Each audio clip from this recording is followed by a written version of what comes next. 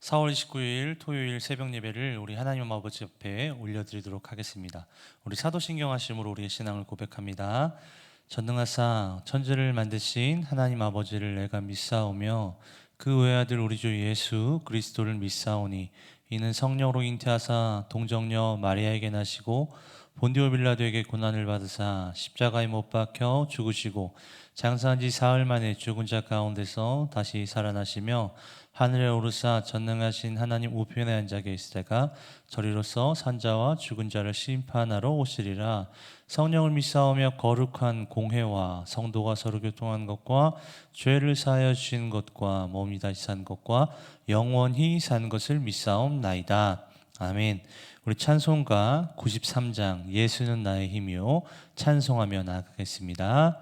예수는 나의 힘이요 내 생명 되시니 구주 예수 떠나 살면 죄 중에 빠지리 눈물이 앞을 가리고 내 맘에 근심 쌓일 때 위로하고 힘주실 이 주 예수 예수는 나의 힘이요 내 친구 되시니 근혜를 간구하면 풍성히 받으리 햇빛과 비를 주시니 추수할 곡식 많도다 귀한 열매 주시는 이 주 예수 예수는 나의 힘이요 내 기쁨 되시니 그 명령을 준행하여 늘 충성하겠네 주야로 보호하시며 바른 길 가게 하시니 의지하고 따라갈 이 주 예수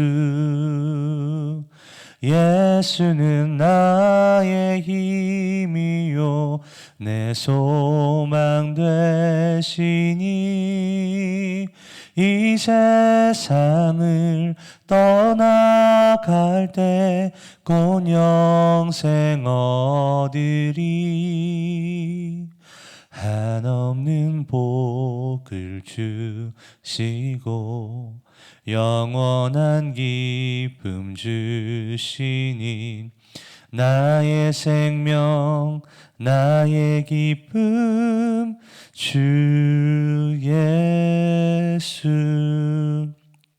아멘. 우리 함께 나눌 말씀은 열왕기상 4장 20장에서 25절입니다.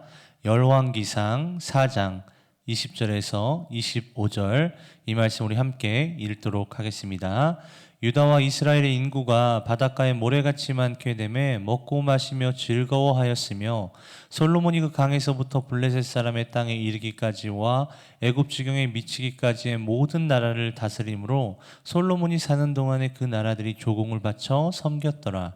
솔로몬의 하루의 음식물은 가는 밀가루가 30고루요 굵은 밀가루가 60고루요 살찐 소가 10마리요 초장의 소가 20마리요 양이 100마리이며 그 외에 수사슴과 노루와 암사슴과 살찐 새들이었더라.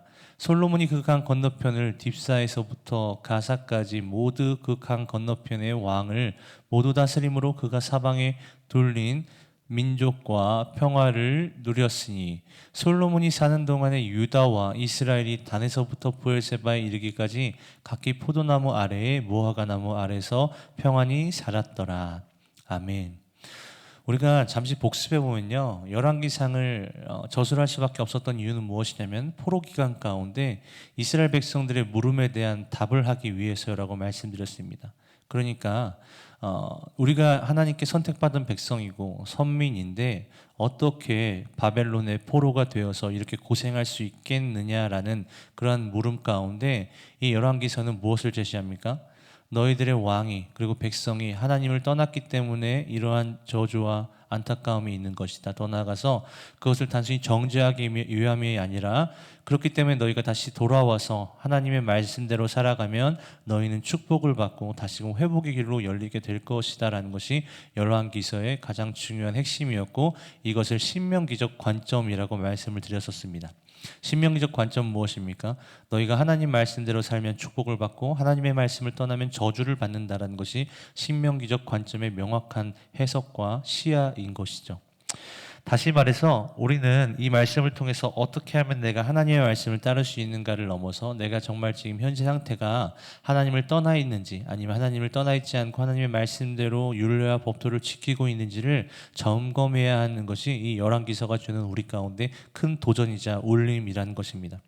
특별히 1장에 보면 블레셋의 그 골리앗을 무너뜨리고 죽이고 또 수많은 전쟁 가운데 승리하고 하나님께 크게 쓰임 받았던 다윗을 할지라도 결국 죽음에 임박할 수밖에 없는, 다시 말해서 이불을 덮어도 따뜻해지지 않는 모든 생기와 모든 힘과 열정을 잃어버린 다윗의 마지막의 모습을 바라보면서 우리가 이 땅 가운데 가지고 있는 수많은 것들, 취하려고 하는 수많은 것들이 사실은 결국 끝에 다다랐을 때 이 땅의 이 생의 마감에 결국 다다랐을 때에 우리는 이 모든 것들이 사실은 허무해지고 결국 하나님 앞에 서게 되는 우리의 민낯은 우리가 어떠한 업적을 이뤄냈는지, 어떠한 직분으로 인생을 마쳤는지, 얼만큼 예수를 많이 믿었고 얼만큼 헌금을 많이 했는지가 남는 것이 아니라 천국에서 그분 앞에 서게 될 텐데 그때 가장 중요한 것은 뭐라고 그랬어요? 내가 하나님을 얼마만큼 사랑했는지. 다시 말해서 가장 첫째 되는 계명이 주 너의 하나님을 사랑하라라고 말씀과 동시에 마가복음에 보면 마음과 뜻과 목숨을 다해서 주 너의 하나님을 사랑하라고 계속해서 강조하고 있지 않습니까? 즉 결국 우리는 죽게 되는데 결국 우리는 하나님 앞에서 가장 인정받게 되는 그 기준은 내가 하나님을 얼마만큼 사랑했는가라는 것이 가장 중요하다라고 말씀을 드렸죠. 그 두 번째 2장 살펴볼 때는 솔로몬에게 유언을 하는데 유언은 두 가지 특징이 있다고 이해를 드렸었습니다. 첫 번째는 무엇이냐면 아버지가 실수한 것을 그 아들이 똑같은 오를 범하지 않게 하기 위해서 다윗은 나는 하나님의 말씀을 제대로 지키지 못한 부분이 있었으나 너는 그러면 안 된다라고 하면서 하나님의 말씀을 제대로 잘 지키면 너로 인한 왕위가 너로 생겨난 왕위가 끊이지 않을 것이다 라는 말과 동시에 두 번째로 무엇입니까? 힘써 대장부가 되라라고 말씀했다라고 제가 설명을 드렸죠. 그게 왜 그렇습니까?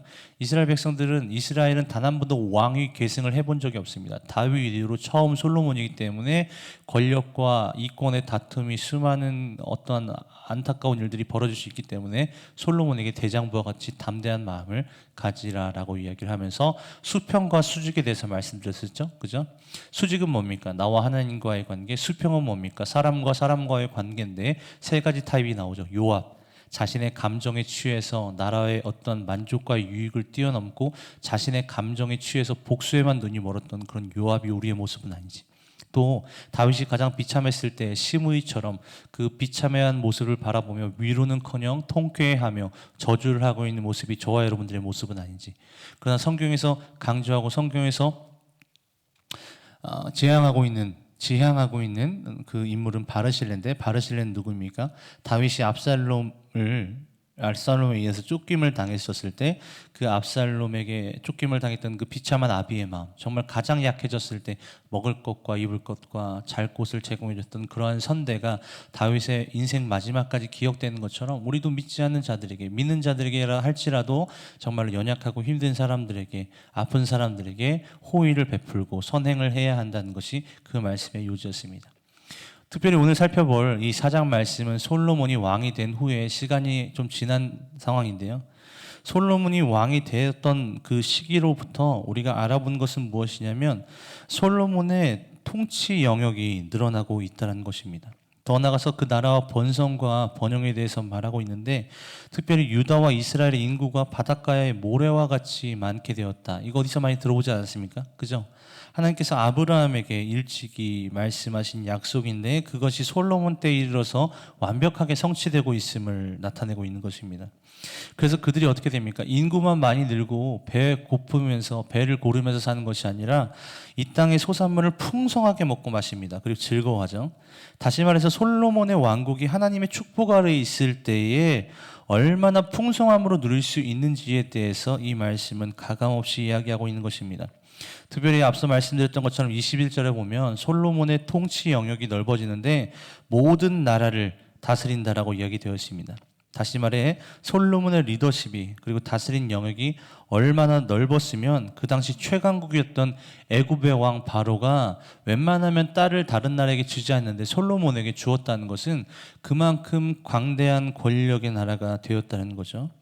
특별히 세계 최강 대국이었던 아수르와 애굽 사이에서 이스라엘이 이렇게 커질 수밖에 없었던 것은 오직 하나님의 은혜이자 주권임을 믿으시기를 축복합니다. 물론 국제 정세적으로 애굽은 21왕조의 정치적인 허약한 부분이 그 당시 있었다라고 이야기를 해요. 또 아수르는 군사력이 약화가 되고 있었다라는 시기였습니다. 그런데 그럼에도 불구하고 세상 사람들의 주변에 어떤 대소사도 하나님의 주권 아래에 있는 것을 믿을 때 결국 애굽이 어떻고 아수르가 어땠고 상관없이 결국 이 모든 것들이 하나님께서 이스라엘 백성들을 축복하기 위해서 솔로몬 왕조를 축복하기 위해서 이렇게 일하셨다는 것을 믿습니다. 여러분, 그런데 세상은 솔로몬의 그 왕조가 이스라엘이 이렇게 바벨론과 아수르의 연약함을 통해서 때를 잘 만나서 우연히 정말로 잘 이 나라가 번성했다라고 이야기하지만 우리는 주권이라 얘기하고 정말 중요한 건 이것을 하나님의 섭리라고 말하는데, 섭리를 쉽게 말해서 뭐라고 표현할 수 있냐면 하나님께서 우리 인생과 우리의 땅 가운데 자신의 뜻을 간섭하는 거예요. 자신의 뜻으로. 다시 한번요. 하나님께서 우리 인생에 간섭하시는 것입니다. 여러분, 간섭이라는 단어가 꽤 유쾌하지 않은데 간섭이 정말로 간절한 상태가 있는데 그것이 무엇입니까? 내가 연약하거나 가난해졌을 때입니다. 한 가지 예를 들어 볼까요? 지금도 끝나지 않은 전쟁이 있는데 우크라이나와 러시아 전쟁이죠. 여러분, 우크라이나 입장에서 서방 강대국과 특별히 미국이 참전한다고 도와준다라고 했었을 때 그 간섭이 불쾌했을까요? 굉장히 유쾌했을까요? 당연히 후자겠죠. 왜 그렇습니까? 우크라이나는 러시아에 비해서 게임이 안 돼요. 전력적으로 우세입니다. 정말 게임이 안 되는 거죠. 그런데 그 가운데서 그 우크라이나 대통령이 계속해서 세계 가운데 뭐라고 얘기합니까? 세계 열방 가운데 뭐라고 자꾸 얘기해요? 무기를 주십시오. 싸우겠습니다. 포탄을 주십시오. 싸우겠습니다. 돈을 주십시오. 싸우겠습니다. 계속해서 이야기하는 것이 무엇입니까? 제발 우리나라의 전쟁 가운데 간섭해 주십시오라고 이야기하는 거 아니에요? 다시 말해서 여러분, 우리가 하나님의 말씀과 하나님의 그 사명이 부담스러우면 사실은 우리는 교만한 상태고 가난한 상태가 아닌 것입니다. 그런데 여러분, 솔로몬의 나라가 결국은 망하게 되는데 그때는 왜 그렇습니까? 솔로몬이 하나님의 간섭이 부담스럽기 시작한 이유는 무엇입니까? 솔로몬이 그 열왕기상 3장에서 나는 작은 아이입니다라고 고백했던 그 초심을 잃어버렸기 때문이에요. 다시 말해서 우리는 하나님 앞에 작은 아이임을 알게 될 때 결국 하나님의 섭리가 이 땅 가운데 이루어지는 것이 부담이 아니라 갈망이 되게 되고, 더 나아가서 그 겸손함 가운데 하나님의 섭리를 통해서 하나님께서 너희 백성을 바닷가의 모래와 같이 많게 하리라는 그 약속이 우리의 삶을 통해서 드러나게 하기 위해서는 우리는 작은 아이이자 가난한 심령을 가져야 하는 줄로 믿습니다.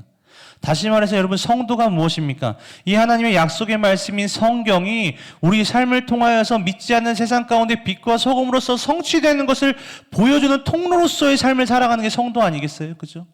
그러면 우리가 보여지는 통로로 살기 위해서는 솔로몬을 통하여서 아브라함에게 약속하셨던 그 약속이 이루어지는 것을 보여주셨던 것처럼 우리도 솔로몬이 잘 나갔을 때, 하나님께 크게 쓰임받았을 때, 하나님의 간섭을 너무나 산모했었을 때의 상태인 작은 어린아이와 같은 모습이 우리 가운데 있어야 된다는 거죠. 말씀을 정리하겠습니다. 사랑하는 성도 여러분, 하나님께서 하셔야만 우리는 풍성함을 누릴 수 있게 됩니다. 하나님께서 함께 하셔야만 우리는 정말 풍성하고 평안한 삶을 살아갈 수 있게 됩니다. 그런데 이것이, 이 간섭이 부담이 아니라 영광이 되게 하기 위해서는 우리는 하나님 앞에 작은 아이, 다시 말해서 하나님의 도우심 없으면, 그분의 말씀이 없으면, 기도하지 않으면 1분 1초도 살아갈 수 없는, 마치 하나님의 말씀과 내가 하나님께 드리는 기도가, 하나님께 듣는 그 기도가 공기와 같을 때, 산소와 같을 때 우리는 하나님의 섭리를 기뻐하고 그분의 약속이 우리 가운데 성취되는 것을 보게 되는 것입니다. 이 시간 기도하실 텐데요, 첫 번째로 하나님, 하나님의 섭리를 사모하게 하여 주시옵소서. 하나님의 그 말씀과 섭리가 부담이 아니라, 나를 억압하고 억제하는 것이 아니라 그것이 나의 유일한 소망이고 생명임을 알게 하여 주옵소서. 더 나아가서 내가 하나님 앞에서 작은 아이임을 잊지 않게 하소서. 겸손하게 하소서. 이 기도 제목 가지고 우리 주여 한번 부르짖고 통성으로 기도합니다. 주여!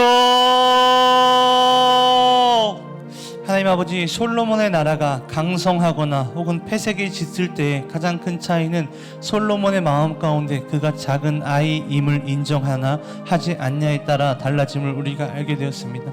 하나님 아버지, 우리는 작은 아이임을 인정하게 하여 주십시오. 하나님 앞에 겸손할 수밖에 없고 하나님을 의지하지 않으면 단 1분 1초도 살아갈 수 없는 인물임을 겸손히 알아갈 수 있는 저희들 될 수 있도록 우리 하나님 붙잡아 주시옵소서. 그로 인해서 주님, 정말로 우리의 겸손함을 통하여서 하나님의 섭리를, 하나님의 간섭을 날마다 사모하로 말미암아서 우리 삶을 통하여서 주님의 수만 가지의 약속들이 성취되는, 우리가 그런 너무나도 영광스럽고 귀한 깨끗한 그릇으로서의 그 통로가 될 수 있도록 우리 하나님 붙잡아 주시옵소서.